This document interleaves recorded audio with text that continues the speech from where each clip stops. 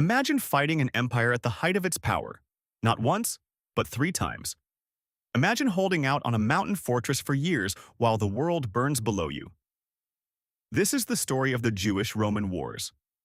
Between 66 and 135 AD, the Jewish people of Judea launched 2 major revolts and 1 massive diaspora uprising against the Roman Empire. They fought with desperate courage, messianic fervor, and the unshakable belief that God was on their side. They lost, catastrophically. The temple in Jerusalem was burned to the ground. Hundreds of thousands were killed or sold into slavery. Jerusalem was renamed, and Jews were banned from entering it. The political entity of Judea was erased from the map. But this story isn't just about defeat. It's about how a people survived the unsurvivable. It's about the birth of rabbinic Judaism, the scattering of a nation into diaspora, and the creation of stories, Masada, Bar Kokhba, that still echo today. Let's go back to the beginning to understand how a small, fiercely religious province took on the might of Rome. Part 1. The Seeds of Wrath, 63 BC to 66 AD.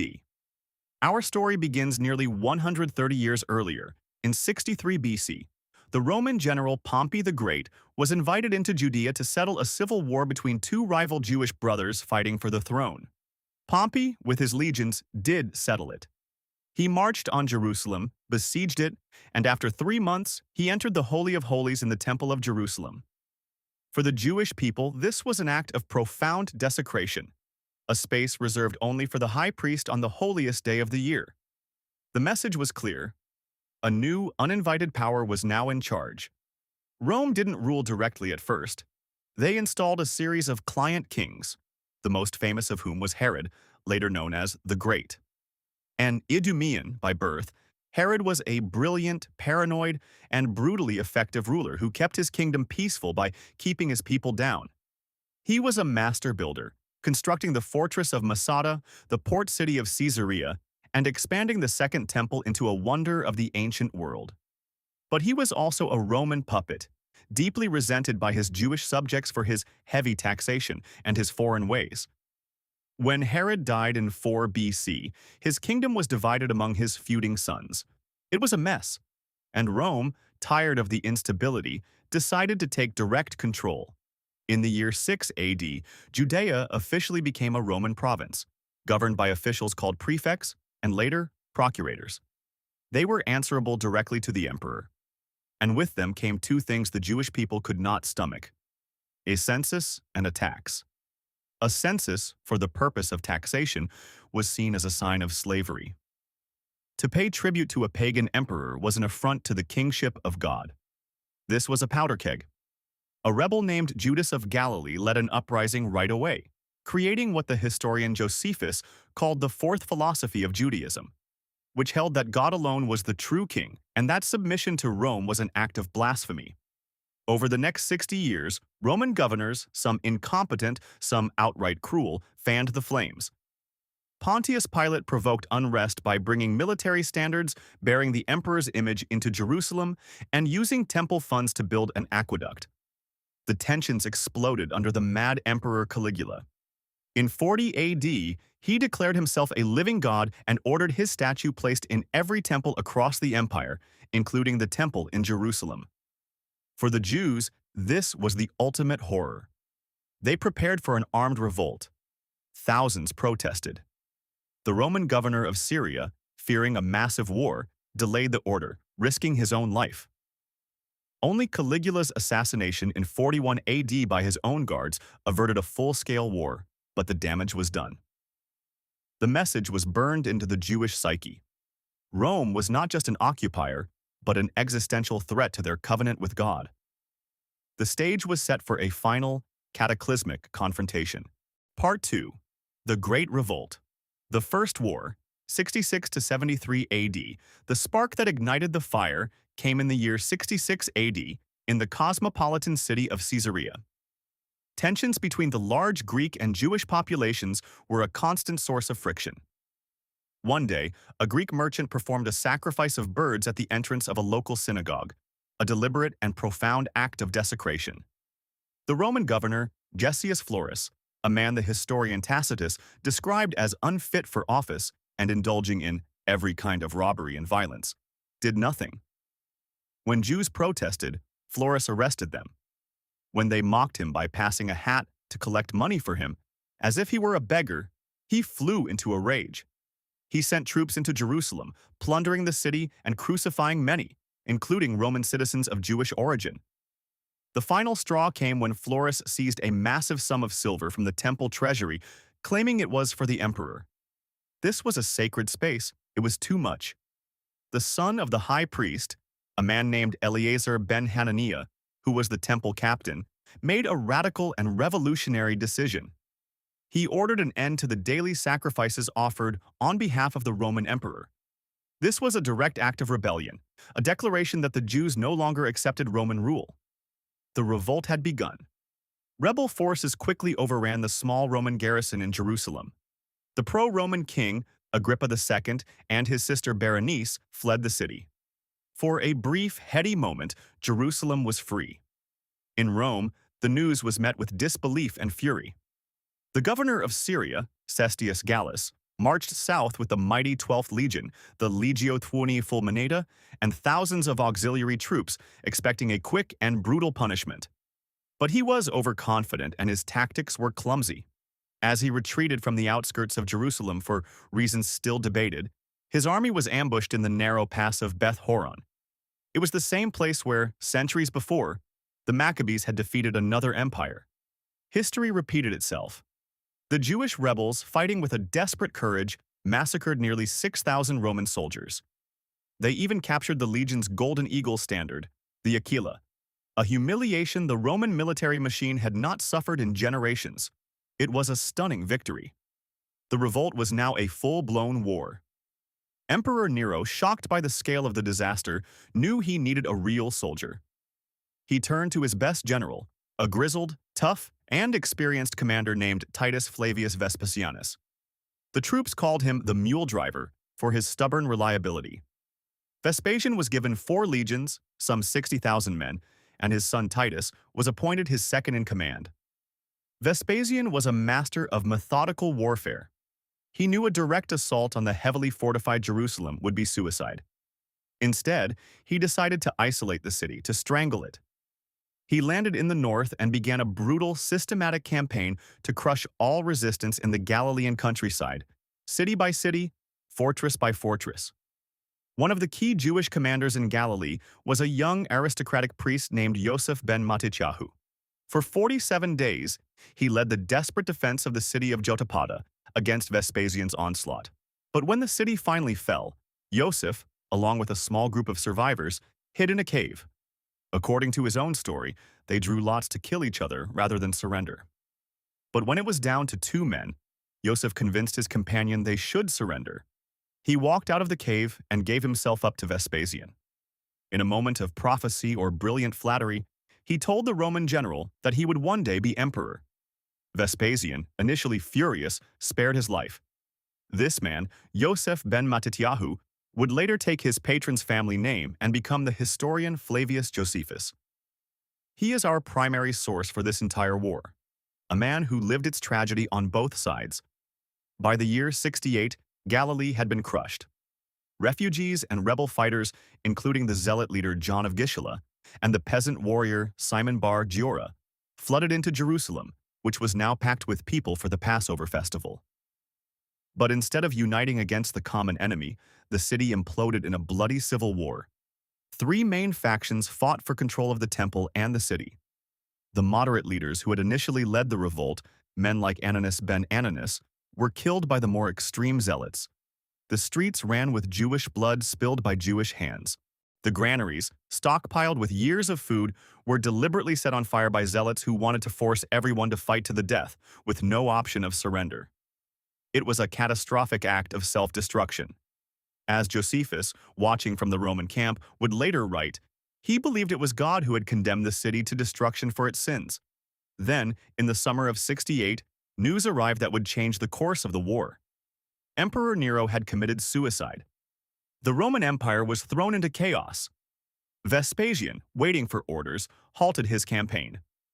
In the year of the 4 emperors, Rome tore itself apart, and just as Josephus had predicted, Vespasian's legions proclaimed him emperor in 69 AD. He left Judea immediately for Rome, placing his son Titus in complete command of the army and the task of ending the Jewish revolt once and for all. The final act was about to begin. In the spring of 70 AD, Titus arrived at the gates of Jerusalem with 4 legions, some 50,000 to 70,000 men. The city was a fortress with 3 massive walls. The siege that followed was one of the most horrific in ancient history. Titus built a wall, a circumvallation completely around the city to starve the defenders out. Anyone caught trying to escape was captured, crucified, and placed on the wall facing the city. Soon, the hills around Jerusalem were a forest of crosses. Inside, the situation was unimaginable. Starvation was rampant. People ate leather and straw. Josephus, our witness, records mothers eating their own children in a madness of hunger. The civil war continued even as the Romans battered the walls. The city was a living hell. In July, the Romans finally breached the Antonia fortress and pushed towards the temple. For days, the fighting around the holy site was savage. Then, on the 9th of the Jewish month of Av, the unthinkable happened. According to Josephus, who was with the Roman camp, Titus gave orders for the temple to be preserved. But a Roman soldier, moved by some supernatural impulse, threw a burning torch through a golden window into one of the temple's chambers. The dry wood and oil-soaked curtains erupted.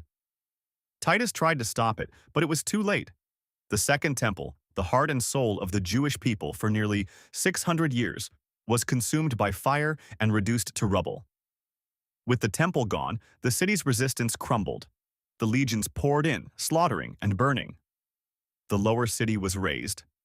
By September, Jerusalem was a smoldering ruin. The historian Tacitus later wrote that nearly 600,000 Jews died in the war, while Josephus put the number at over 1 million.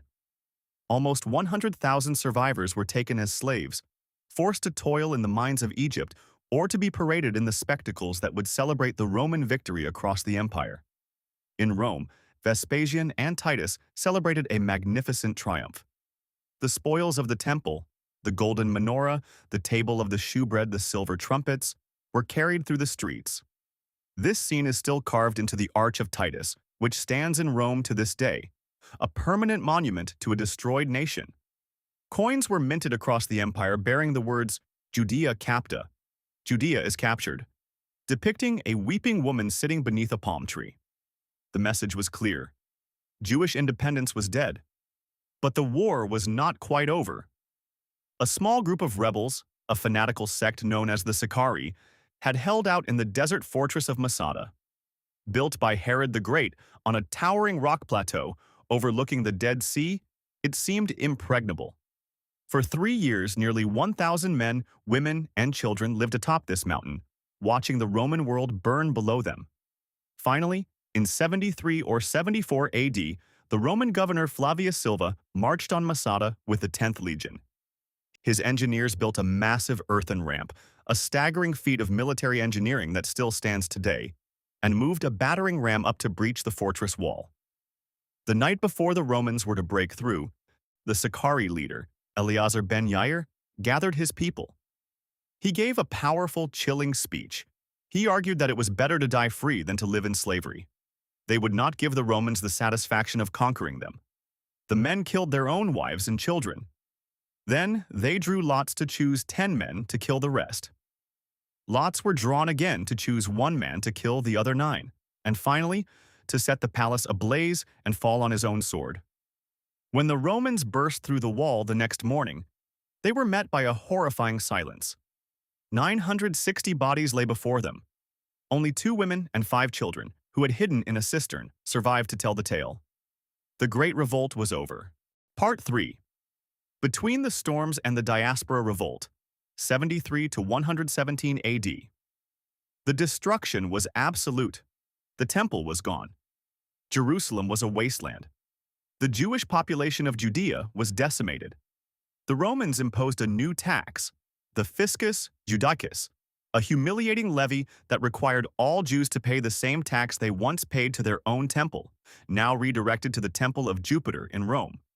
But from the ashes, a new form of Judaism began to emerge. Before the war, a sage named Yohanan ben Zakkai had been smuggled out of Jerusalem in a coffin to escape the siege. He obtained permission from Vespasian to establish a rabbinic academy in the coastal town of Yavne. Here, scholars began the long process of transforming Judaism from a religion centered on temple sacrifice to one centered on prayer, study, and good deeds. This was the birth of Rabbinic Judaism, the foundation of Jewish life for the next 2 millennia. For a few decades, a fragile peace held, but the embers of rebellion still glowed. In 115 AD, while the Emperor Trajan was off fighting a war in the east, a second massive uprising exploded. But this time, it wasn't just in Judea. It was a diaspora revolt known as the Kitos War. Jewish communities in Cyrenaica, modern-day Libya, Egypt, and Cyprus rose up in a brutal insurrection against their Greek and Roman neighbors. The violence was horrific on all sides. In Cyrene, they destroyed temples. In Cyprus, they reportedly killed hundreds of thousands of Greeks. The Romans, caught by surprise, sent their top generals to crush the revolt. It took 2 years of brutal warfare to suppress it, resulting in the annihilation of these once thriving Jewish communities. They were literally wiped off the map. Part 4. The Final Uprising. The Bar Kokhba Revolt, 132 to 136 AD. The final act of this tragedy came under the Emperor Hadrian. In many ways, Hadrian was a good administrator, a lover of Greek culture who traveled his vast empire. But his policies in Judea were catastrophic. Around 130 AD, he announced his plan to rebuild the ruined city of Jerusalem as a pagan Roman colony called Aelia Capitolina. He planned to erect a temple to Jupiter, the king of the Roman gods, directly on the site of the destroyed Jewish temple. For the Jews, who still mourned their own temple and dreamed of its rebuilding, this was the ultimate desecration. It was a declaration that their God would never return. The stage was set for one last desperate gamble. The leader of this final revolt was a man named Simon Bar Kokhba. A charismatic and ruthless military commander, he was hailed by the greatest sage of the age, Rabbi Akiva, as the long-awaited Messiah. Akiva gave him a new name, Bar Kokhba, meaning son of a star, a reference to a messianic prophecy. Bar Kokhba took control of large parts of Judea, driving the Romans out. He set up a provisional government, minted his own coins with Hebrew inscriptions and Jewish symbols like the temple facade, and waged a brilliant guerrilla war from caves and underground hideouts. Hadrian was furious. He sent for his finest general from Britain, Sextus Julius Severus. Severus avoided pitched battles. Instead, he copied Vespasian's strategy of attrition, but he applied it with a terrifying new intensity. He and his massive force of some 7 to 12 legions, perhaps 120,000 men, systematically starved and crushed the rebellion, fortress by fortress, cave by cave, village by village. They didn't just defeat Bar Kokhba's army. They depopulated the entire province. The Roman historian Cassius Dio, writing a century later, gives the chilling statistics. 580,000 Jewish soldiers killed in battle, and countless more dead from disease and famine. He records that 985 Jewish villages were razed to the ground. The last stand was at the fortress of Betar, southwest of Jerusalem. In the summer of 135 AD, it fell. Bar Kokhba was killed. The Romans, in their fury, committed a massacre. The survivors, including Rabbi Akiva, were brutally tortured and executed. Hadrian's revenge was total. He issued decrees forbidding Jews from observing their most sacred laws, the Torah, the Sabbath, circumcision, and he made a final, symbolic gesture to erase Jewish history. He renamed the province of Judea. It would now be called Syria Palestina, after the Philistines, the ancient enemies of the Israelites. He rebuilt Jerusalem as Aelia Capitolina and banned all Jews from setting foot inside it on pain of death. Part 5. Conclusion. The legacy. The Bar Kokhba Revolt was the end. It was the final, catastrophic chapter in the Jewish-Roman Wars. The Jewish people were no longer a nation in their own land. They were transformed from a major population center in the Eastern Mediterranean into a scattered and often persecuted minority. the beginning of a diaspora that would last for nearly 1,900 years. But they were not destroyed as a people. The rabbis of Yavne had laid the groundwork. Without a temple, without a land, Judaism evolved. It became a religion of the book, of the home, of the synagogue. Prayer replaced sacrifice. Study became a form of worship. This portable Judaism, rabbinic Judaism, could survive anywhere. Today, the legacy of these wars is all around us. The destruction of the Second Temple is still mourned by Jews on the fast day of Tisha B'Av. The story of Masada has become a powerful symbol of heroism and defiance for the modern state of Israel. The Arch of Titus in Rome still stands, a monument to a victory so complete the Romans believed they had erased the Jews from history. They were wrong. The people survived. The faith survived. And the story of their epic, desperate, and tragic struggle against the might of Rome remains one of the most powerful and consequential tales in all of human history. If you want to go deeper into any of these events, please leave a comment below. Thanks for watching. Subscribe for more topics like this explained visually.